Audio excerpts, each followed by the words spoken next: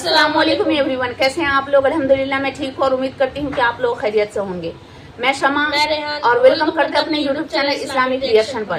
तो आज हम माँ बेटे जिस वीडियो पे रिएक्शन करने वाले हैं वो वीडियो काफी इंपॉर्टेंट है, हर मुसलमान को देखनी चाहिए, क्योंकि आज इस वीडियो का टॉपिक एंड टाइटल है कि क्या मुहर्रम में ताजिया बनाना, हलीम बनाना, खिचड़ा पकाना, क्या ये जायज है या नाजायज। और ये हमें बताएंगे एक कंपटीशन के हिसाब से मुफ्ती तारिक मसूद साहब वर्सेस मुफ्ती सलमान अजहरी साहब, यानी दोनों कोई वीडियो कौन सही है, कौन गलत है, कौन जायज कह रहा है, कौन नाजायज कह रहा है, ये आप भी इस वीडियो को देखकर पता लगा सकते हैं कि कौन सही है और कौन गलत। तो चलिए वीडियो स्टार्ट करते हैं और वीडियो देखते हैं कि इस वीडियो में क्या है।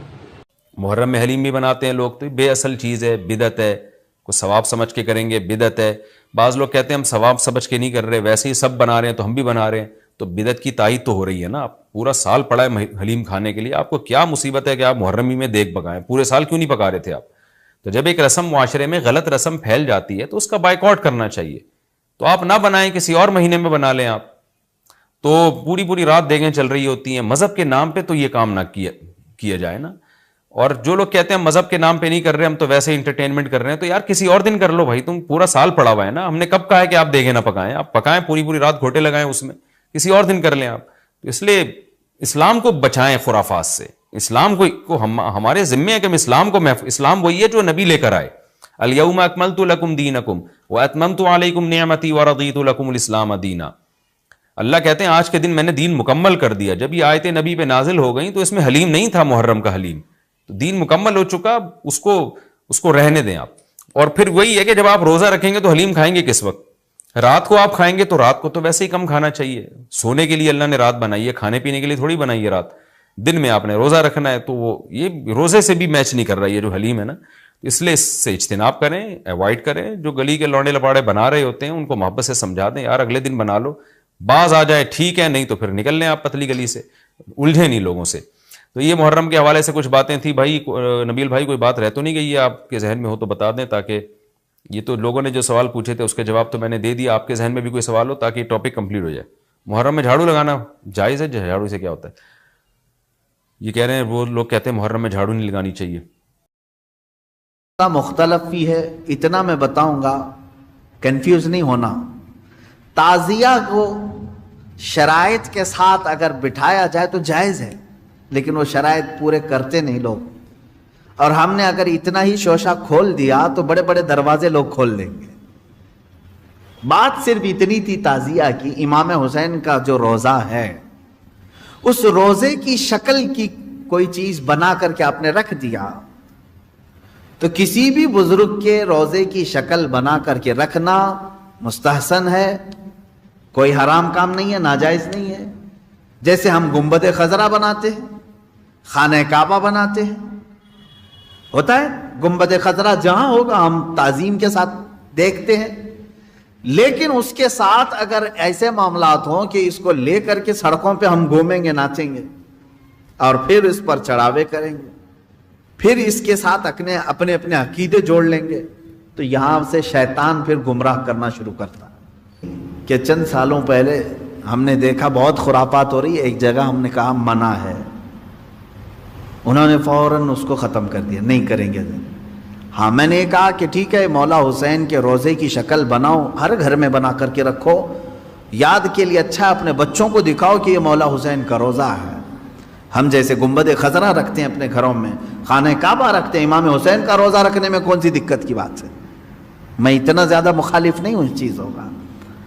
रखो, आप पीतल का बनाते बनाओ, तांबे का बनाते बनाओ, सोने का बनाते हो बनाओ, उसमें हरज नहीं। हम जिस चीज़ की मुखालफत करते हैं वो खुराफात व हराम कारियाँ जिसको बाहर सड़कों पर किया जाता है, मैं उसका मुखालिफ। खैर बात आई, बंद हो गई, लेकिन होता क्या था मालूम है? चंद दिनों के बाद दूसरा मुहर्रम आया तो घर वाले कहते हैं कि हजरत वो तो बंद हैं लेकिन बच्चे वैसे ही नाच रहे हैं, हाथ ऐसे लंबे करके खुद पंजा बन गए और नाच रहे हैं। तो मैं इस चीज़ को मिसाल में इसलिए बता रहा हूँ कि बनी इसराइल बछड़े की पूजा करते थे, हुक्म आया उनके कत्ल का, कत्ल भी हुए, बछड़ा भी मार दिया गया, لیکن زمانے تک ان کے دلوں سے بچڑے کی محبت گئی نہیں تھی. وہی ذکر آج کی آیت میں میں نے پڑھا ہے. اللہ فرماتا ہے ثم اتخذوا العجل من بعد ما جاءتهم البینات، پھر یہ بچڑے کو ایسا لے کر کے بیٹھے رہے جبکہ ان کے سامنے کھلی ہوئی نشانیاں تھیں. وَأُشْرِبُوا فِي قُلُوبِهِمُ الْعِجْلَ، اللہ فرماتا ہے ان کے دلوں میں ایسا لگتا ہے بچڑا پلا دیا گیا ہے، پی گئے ہیں بچڑے کو، اتنی محبت تھی. جبکہ روشن آیتیں اور دلیلیں دیکھی. تو خلاصہ یہ ہے میرے عزیزو، کہنے کا مطلب کہ بعض چیزیں گمراہیاں ایسی ہیں جن کو چھوڑنے کے بعد بھی وہ کچوکے لگاتی رہتی ہیں. برے گناہ بھی ایسے ہیں جن کو چھوڑنے کے بعد وہ دوبارہ دماغ میں وسوسے ڈالتے رہتے ہیں. ان کاموں کو حتمی طور پر اپنے تصور میں بھی نہ آئے. اعوذ باللہ من شر الشیطان الرجیم کثرت سے پڑھیں. اعوذ باللہ من شر الشیطان الرجیم، من شر الشیطان الرجیم. اے اللہ میں پناہ مانگتا ہوں تیری مردود شیطان کی ان شرارتوں سے جو میرے دماغ میں ڈال رہا ہے. تو یہ اسی کی طرف سے ہوتی ہیں. وہ پرانے راستے پر لے جانا چاہتا ہے، گمراہی کی طرف لانا چاہتا ہے. وہ خرابیاں جن کو تم چھوڑ کر کے آئے ہو یاد دلاتا ہے ایک بار اور چلا جاؤ. اس کے لیے کثرت سے یہ پڑھا کریں. جب جب ایسا وسوسہ آئے کہیں اعوذ باللہ من شر الشیطان الرجیم. آج ہی صبح گناہ سے توبہ کیا، سوچا کہ نہیں کروں گا یہ گناہ، لیکن رات ہوتے ہی پھر خیال آیا ایک بار اور کر لو. میں بتا رہا ہوں فوراً اس وقت یہ پڑھو اعوذ باللہ من شر الشیطان الرجیم. اے اللہ میں تو چھوڑ چکا تھا شیطان مردود، پھر مجھے لا رہا ہے وسوسے، میں تیری پناہ مانگتا ہوں مردود شیطان کی شرارتوں سے. یہ باتیں یہاں تک ختم ہو گئی. تو آپ لوگوں نے مفتی طارق مسعود ورسس مفتی سلمان اجری صاحب دونوں ہی مفتی ہیں، اور میں اپنا اوپینین دوں تو دونوں اپنی اپنی جگہ صحیح ہیں. جو مفتی طارق مسعود صاحب نے جو باتیں بتائی وہ بھی صحیح ہے کہ اس طرح سے ڈیٹ کو فکس کر کے محرم کے دن ہی کھچڑا پکانا اور اس طرح سے ماتم منانا، یہ تمام چیزیں جو ہے وہ غلط ہے. اس کا اسلام مذہب سے کوئی لینا دینا نہیں ہے.